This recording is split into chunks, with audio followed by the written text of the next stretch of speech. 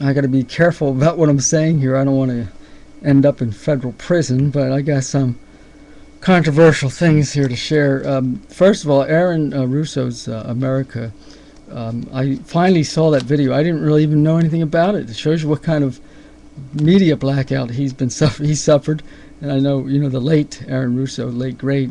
That movie, I'm going to be putting that on my favorite movies list on my profile immediately. It was one of the most powerful things I ever remember seeing. Now, out of all the information, there's tons of information. The guy really was dedicated to being thorough, and I mean, the guy gave his life to fight for our freedoms. Really, I mean, that's what he was doing there towards the end.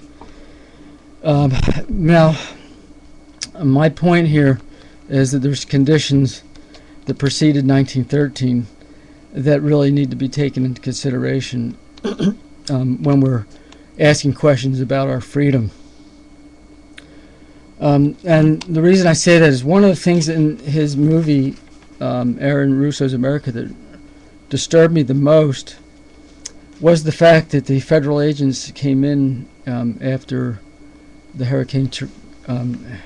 Hurricane Katrina, New Orleans, to confiscate guns from the citizens to disarm. And the thing that's discouraging about that is the fact that none of the citizens lived up to the founding fathers' vision, and none of them opened fire on the federal agents, which is what they should have done if they were to be loyal to George Washington and the founding fathers. And this brings me to my point. What's the conditions that got us to first of all, the Federal Reserve takeover in 1913? Why did the government feel that they were able to get away with that so easily? And I'm going to suggest, and I'm not the greatest American historian, but I think that somebody who really knows details could probably pinpoint this within 1 year. But right now I'm saying it's probably somewhere between maybe 70 and 20 years before 1913. And what I'm getting at, that's the point where the government knew they had more firepower than the civilians. And that's really, to me, that's what turned the whole thing around. Once the government realized that they had more firepower than civilians, they realized they can get away with anything. And this brings me to my, what's his name? Martin Luther King had a dream. Well, I have a dream too, and that's that every child should carry a gun to school and learn how to use it. And all citizens should learn how to operate anti-tank and anti-aircraft artillery. Now, in order to do that, and by the way, that's the only thing that's going to save this country. We have to decentralize the military. Every township should have a militia, an active militia, and we should have access to whatever weapons we need to overthrow the government. That's the original idea behind the founding fathers. That's what they wanted us to do. If we don't do that, we're not living up to their expectations. And by the way, I don't think we're going to, because of what I saw in that video.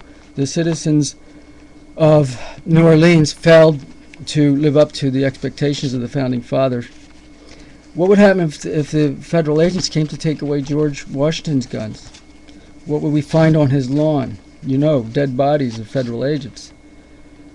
I mean, this is what, now, do I think that we're going to be able to turn around 150 years of slumber? Remember, they said it was constant vigilance. Well, what we're seeing is constant slumber.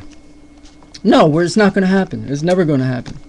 We're done. It's over. This country belongs to the Federal Reserve and the international corporations.